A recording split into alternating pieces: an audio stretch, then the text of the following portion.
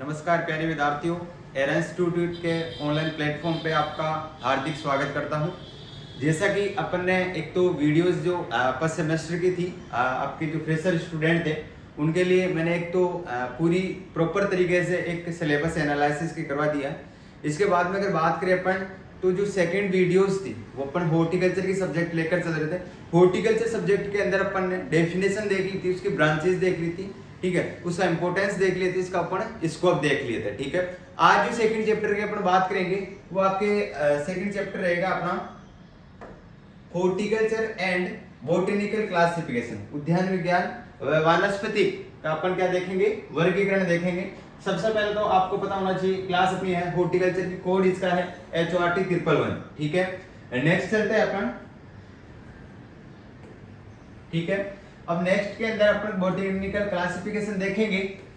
सबसे पहले तो मैं सभी बच्चों को गुजारिश करूंगा कि एक बार चैनल को सब्सक्राइब कर दे, जो भी विद्यार्थी नए जुड़े हैं, और एक बार चैनल इस वीडियो को ज्यादा से ज्यादा अपने दोस्तों के पास शेयर कर दें ताकि हर बच्चे को फायदा मिल सके, और साथ में बेल आइकन को प्रेस कर लेना ताकि आपको हर वीडियो हर क्लासेज आपको सबसे पहले मिल सके और सटीक मिल सके, ठीक है। अब जैसे बच्चों बात करेंगे अपन कि जो हॉर्टिकल्चर है and botanical classification, upon classification वर्गीकरण की बात करते हैं तो सबसे पहले तो अपन अगर बांटते हैं क्लासिफिकेशन करते हैं तो सबसे पहले तो एक तो पहचान के आधार पर करते हैं, ठीक है, पहचान के आधार पर करते हैं। दूसरी तौर पर देखें तो अपन पारिस्थितिकी के आधार पर जो समानता और असमानताओं के आधार पर बांटा करते हैं, ठीक है। किन के आधार पर बच्चों आपको पूछे कि अपन क्लासिफिकेशन किस प्रकार से करते हैं, अपन प्लांट जो हॉर्टिकल्चर के अंदर होते हैं बोटेनिकल क्लासिफिकेशन उनको अपन करते हैं किस प्रकार से, एक तो आपके पारिस्थितिकी समानताओं और असमानताओं के आधार पर, दूसरी इनकी पहचान के आधार पर किस प्रकार से कौन सा पौधा किस आकार का है, किस साइज का है, उसका किस नाम से है, अपन उसके रंग ढंग से भी अपन उसको पहचान लेते हैं। एक पहचान का मतलब ये होता है, एक जो पारिस्थितिकी जो समानता है असमानता होती है, जो आपस के अंदर कैसा समानता है उनमें असमानता है, उसके आधार पर भी अपन पहचानते हैं, ठीक है। देखो जैसे जैसे अभी मैंने आपको बताया पादप वर्गीकृत प्लांट टेक्सोनोमी के अंतर्गत पृथ्वी पर मिलने वाले पौधों की पहचान तथा पारिस्थितिक समानताओं व असमानताओं आधार पर इनका क्या किया जाता है बच्चों, वर्गीकरण किया जाता है, ठीक है। अब जैसे बात करें सेकंड है आपका, इस प्रकार पादप वर्गीकरण के उपयुक्त आधारों के अनुसार निम्न प्रकार के बिंदु स्पष्ट किए गए हैं, ठीक है। अपन देखेंगे एक बीजपत्री, द्विबीजपत्री सभी प्लांट्स जो होते हैं इनके बारे में अपन चर्चा करेंगे, ठीक है। तो सबसे पहले तो आप जो मैं नोट्स करवाता हूं उनको साथ साथ पढ़ते रहना बच्चों, ठीक है। बाद में केलोलस, सॉरी ये आगे चला गया शायद,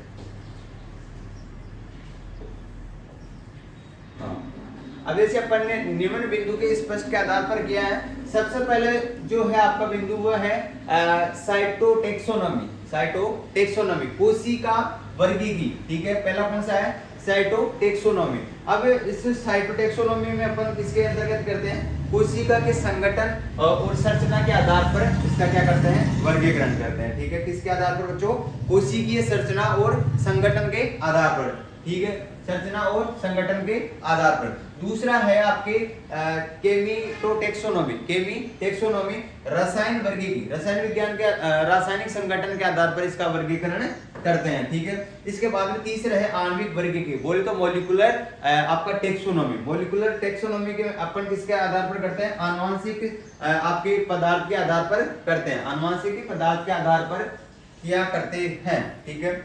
इसके बाद में अगर बात करें आपकी, ये थोड़े पेज उल्टे सीधे कैसे होते हैं, एक सेकंड थोड़ा रुकना मुझे। हाँ, ये 3 पॉइंट हो गए। इसके बाद में अगर बात करें बच्चों तो अपन है वर्गीकरण शब्द सर्वप्रथम किसने दिया था, ये सबसे महत्वपूर्ण बात है। आपको ऑब्जेक्टिव क्वेश्चनों में पूछते हैं कि जो वर्गीकरण शब्द होता है, जो टेक्सोनॉमी शब्द होता है वो किसने दिया था सर्वप्रथम, तो सर्वप्रथम आपने जो दिया था वो है आपके एपीडी कंडोले। कौन है बच्चों, एपीडी कंडोले, याद रखना। अब पूछ सकता है कि जो वर्गीकरण शब्द है वो सर्वप्रथम किसने दिया था, एपीडी कंडोले ने दिया था, ठीक है, ये रहा एपीडी कंडोले ने। बाद में जो दिया था इनकी जो पुस्तक थी, ठीक है, उस पुस्तक का क्या नाम था, थ्योरीज एलिमेंट्रीज द ला बोटेनिक में किया था। मतलब जो इनका ये प्रकाशित किया गया था वो कौन सी पुस्तक थी इनकी? थ्योरीज एलिमेंट्रीज द ला बोटेनिक, ठीक है। इसके बाद में अगर चर्चा करें अपन आगे चलते हैं नेक्स्ट, तो नेक्स्ट में है बाद में कैरोलन लिनियस ने सर्वप्रथम सबसे पहले तो जो टेक्सोनोमी के जो शब्द सर्वप्रथम दिया था वो आपके एपीडी कंडोले ने दिया था, ठीक है। उसके बाद में अगर बात करें तो किसने दिया था? स्पष्ट रूप से प्रकाशित किया गया था आपके कैरोलस लीनियस ने। किसने किया गया था बच्चों? कैरोलस लीनियस के द्वारा किया गया था। इनकी जो पुस्तक थी वो सिस्टेमा नेचुरम में किया गया था। किस प्रकार से? एक सिस्टेमेटिक शब्द का प्रयोग किया गया था। किस प्रकार से? सिस्टेमेटिक। अब मेन बात आती है अपना जो मुद्दा था कि क्लासिफिकेशन, हॉर्टिकल्चर का क्लासिफिकेशन देखेंगे, उद्यान कृषि संबंधित वर्गीकरण अपन देखेंगे। सबसे पहले तो आपका आ जाता है एनुअल प्लांट, बोले तो एक वर्षीय पादप। अब एक वर्षीय पादप के अंदर अपन किसका अध्ययन करते हैं? जो ऐसी फसलें या ऐसे पौधे जो अपना जीवन चक्र एक ही मौसम में पूर्ण कर लेते हैं। ऐसे पौधे लिखो, ऐसे पादप या ऐसे पौधे जो अपना समस्त जीवन एक ही मौसम में पूर्ण कर लेते हैं। इसके अंदर आपके सम्मिलित हो जाते हैं, तो मक्का हो गया, आपका टिंडा हो गया और टमाटर हो गया। कौन कौन से हो गए? मक्का, टिंडा और टमाटर। कौन से बच्चों? मक्का, टिंडा और टमाटर, ठीक है। ये हो गया अपने इसमें एक वर्षीय में आपको कुछ नहीं करना। ऐसे पादप जिनका समस्त जीवन एक मौसम में पूर्ण हो जाता है। एक वर्ष में नहीं, एक मौसम में। अब मौसम की बात करें तो खरीफ ऋतु, वर्षा ऋतु, जो आपकी शरद ऋतु ऐसे आते हैं ना, खरीफ ऋतु, रबी ऋतु, ऐसे मतलब एक ऋतु में ही, एक मौसम में इनका जीवन पूरा हो जाता है। दूसरा आपका है बाइनियल प्लांट। बाइनियल प्लांट का मतलब होता है द्विवर्षीय पौधे। ऐसे पौधे जिनका समस्त जीवन एक वर्ष में तो क्या करते हैं, आपके जो वृद्धि करते हैं, और दूसरे वर्ष में क्या करते हैं? फलते फूलते हैं, फल देते हैं और फूलते हैं। इसके अंदर ऐसे पौधे सम्मिलित होते हैं जो एक मौसम में अपनी वृद्धि तथा दूसरे मौसम में फलते फूलते हैं। अगर बात करें तो इसके अंदर जो पत्ता गोभी आ जाएगी, मूली आ जाएगी, और एक आपके आ जाएगी बच्चों गाजर आ जाएगी, ठीक है। क्या आ जाएगी? गाजर आ जाएगी। अब जैसे इनका जीवन अगर सीधे से तौर पर देखें तो 6 से 9 महीने का तक का होता है। कितने बच्चों? 6 से 9 महीने तक का होता है, ठीक है। इसके बाद में अगर बात करें अपन, तीसरा है आपका herbaceous perennial plant. Herbaceous perennial plant का मतलब होता है बहुवर्षीय पौधे, ठीक है। बहुवर्षीय पौधे कौन से होते हैं? ऐसे पौधे जो अपना जीवन काल 1 वर्ष से अधिक समय लेते हैं बच्चों। जैसे इसमें बताया है बहुवर्षीय पौधे, जैसे आपके द्विवर्षीय में तो आ गया, एक वर्ष के अंदर तो एक मौसम के अंदर तो वो क्या करते हैं? अपनी वृद्धि करते हैं। दूसरे वर्ष में क्या करते हैं? वो अपनी फलते फूलते हैं। अब जो बहुवर्षीय आया है इसमें क्या होगा? 1 वर्ष से अधिक समय लगेगा। कितना बच्चों? 1 वर्ष से अधिक समय रखते हैं। जैसे कि अपन बहुवर्षीय एक जो गुलदाउदी होती है आपकी, और एक क्या होता है? जरबेरा होता है। क्या होता है बच्चों? जरबेरा होता है, ठीक है। इसके बाद में नेक्स्ट चलते हैं अपन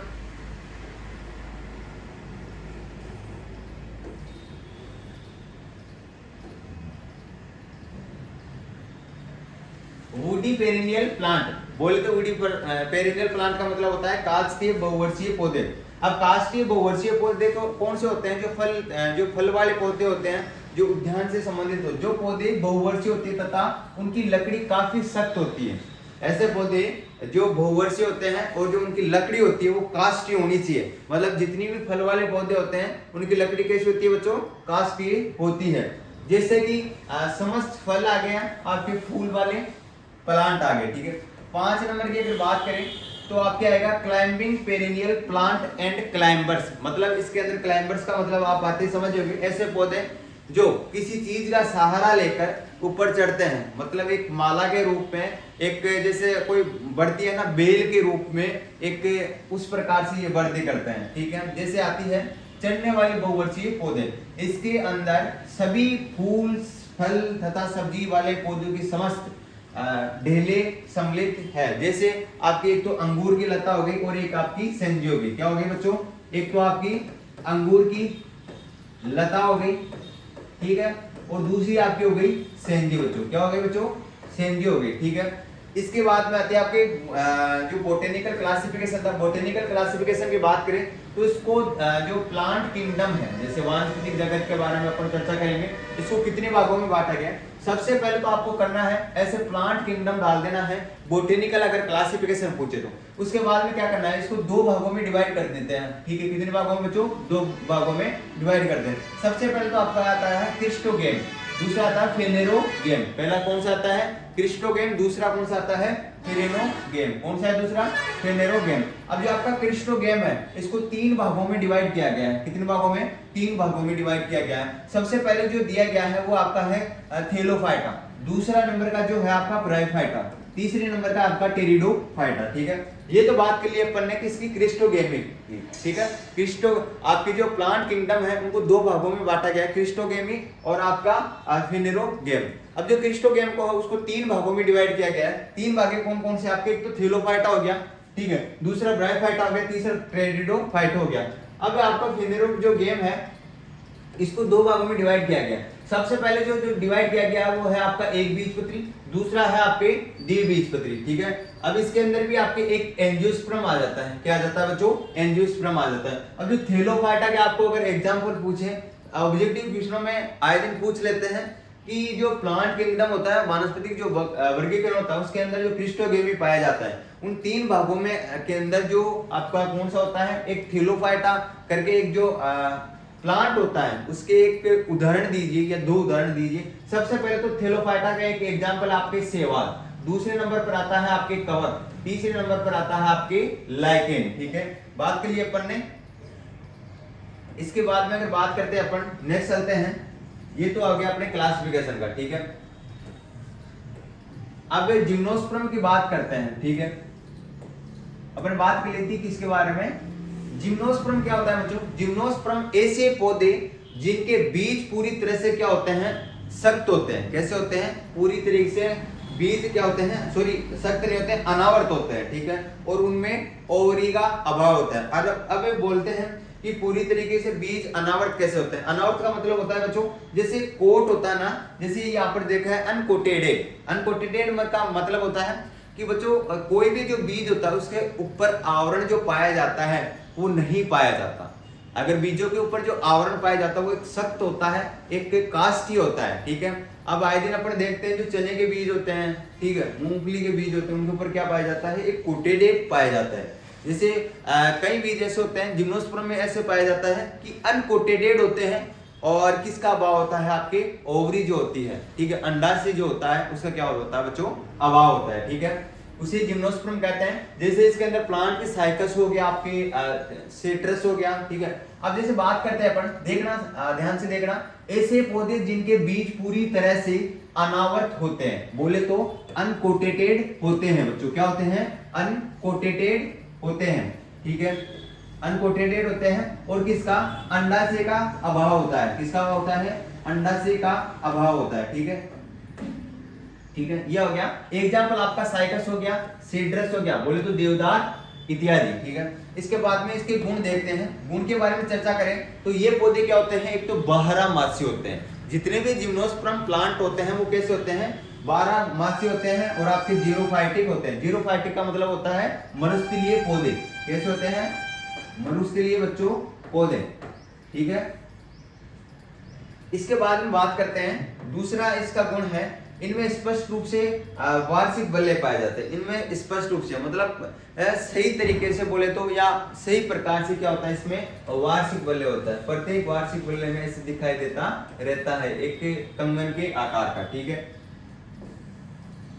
इसके बाद में तीसरा आपके वायु प्रागण होता है और एक कारक से अधिक भूण का गुण होता है। और एक से अधिक, वापस देखना, वायु प्रागण होता है और एक से अधिक भूण का गुण होता है। इसमें क्या होता है, जो जिम्नोस्पर्म होता है इसमें प्रागण होता है ना, वो किसके द्वारा होता है, आपके हवा के द्वारा होता है, वायु के द्वारा होता है। और इसमें गुण, जो दूसरी बात करें, इसमें एक से अधिक क्या पाया जाता है, गुण का गुण होता है, ठीक है। अब इसका जिम्नोस्पर्म का अपन आर्थिक महत्व देखते हैं बच्चों। अब आर्थिक महत्व तो क्या होता है, सभी को पता है, ये तेल के काम में आता है, चमड़ा के काम में आता है, उद्योग धंधों के काम में आता है, खाने के काम आता है, ठीक है। आपके जो ईंधन होता है उसके काम आता है, सजावट के काम आता है, ठीक है। अब जैसे बात करें अपन आर्थिक महत्व की, इनका खाना लकड़ी और दवा के रूप में इस्तेमाल किया जाता है। सजावट हो गया आपका, घरेलू उपयोग हो गया, वास्तुशिल्प लेद हो गया, चमड़ा हो गया, तैयार करने और रेजिन बनाने में इसका उपयोग किया जाता है। अब बात करते हैं अपन बच्चों एंजियोस्पर्म। एंजियोस्पर्म क्या होता है?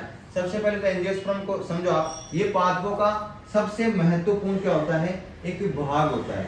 ये पादपों का एक सबसे महत्वपूर्ण होता है,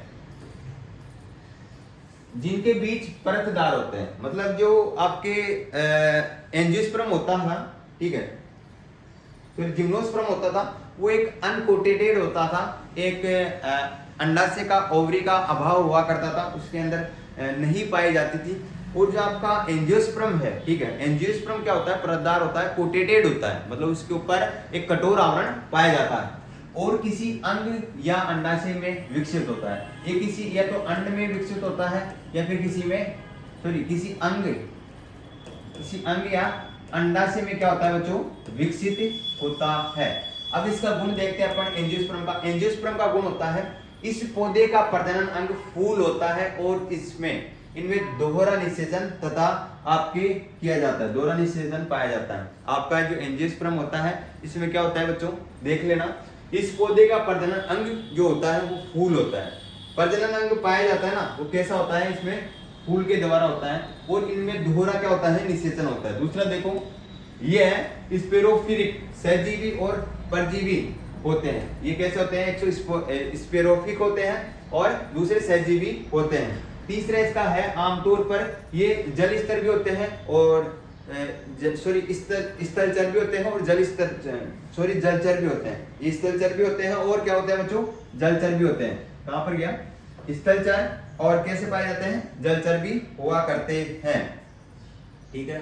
अब लास्ट में आता है आपका ये एक और है गया, एंजियोस्पर्म को भी दो श्रेणियों में वर्गीकृत किया गया। जो आपका एंजियोस्पर्म था, अभी मैंने आपको बताया था कि एक जो मैंने दो भागों में डिवाइड किया था अपना प्लांट किंगडम को, उसी प्रकार से जो दूसरा आपका भाग था, ठीक है, फिरेनोगेम, फिरेनोगेम को दो भागों में जब डिवाइड किया था, एक बीजपत्री द्विबीजपत्री के अंदर, तब इसके अंदर अपने पास आया था ये आपका एक बीजपत्री और द्विबीजपत्री। द्विबीजपत्री का मतलब होता है मोनोकोट, मतलब एक ही बीज पाया जाता है, एक ही इसके अंदर दो भागों में डिवाइड ना हो, ठीक है, उसे एक बीजपत्री कहते हैं, ठीक है। तोड़ने पर जो दो भागों में नहीं बटा करते या दो भागों में अलग अलग नहीं होते हैं, उसको मोनोकोट कहते हैं। और द्विबीजपत्री बोलकर डाइकोट उसे कहते हैं जिनको दो भागों में जिनको तोड़ने पर दो भागों में अलग अलग हो जाए या दो भागों में डिवाइड हो जाए, उसे अपन कहते हैं डाइकोट कहते हैं। अब ये बात आती है कि सर हमारे को ये नोट्स कहाँ पर मिलेंगे, हमारे को ये पीडीएफ कहाँ पर मिलेगी, सर हमारे को और क्लासेस की लिंक कहाँ पर मिलेगी। तो सबसे पहले तो आपको मैं बता देता हूँ, सबसे पहले तो आपको जो मोर इन्फॉर्मेशन दी जाती है वो आपके एरा वाइड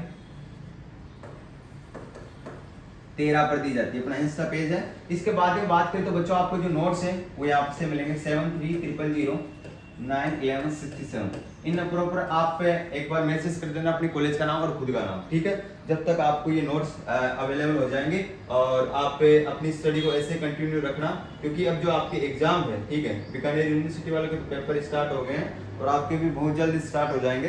तो मैं उम्मीद करता हूँ अगर ये क्लास अच्छी लगी हो तो क्लास को ज़्यादा से ज़्यादा अपने दोस्तों के पास शेयर कर देना और साथ में बेल आइकन को प्रेस कर देना, ताकि आने वाली हर वीडियोज, हर क्लासेज आपको सबसे पहले मिल सके, सटीक मिल सके, ठीक है। तो मिलते हैं अपन नेक्स्ट वीडियो के साथ एक नए क्लास के साथ। जब तक जय हिंद, जय भारत, थैंक यू।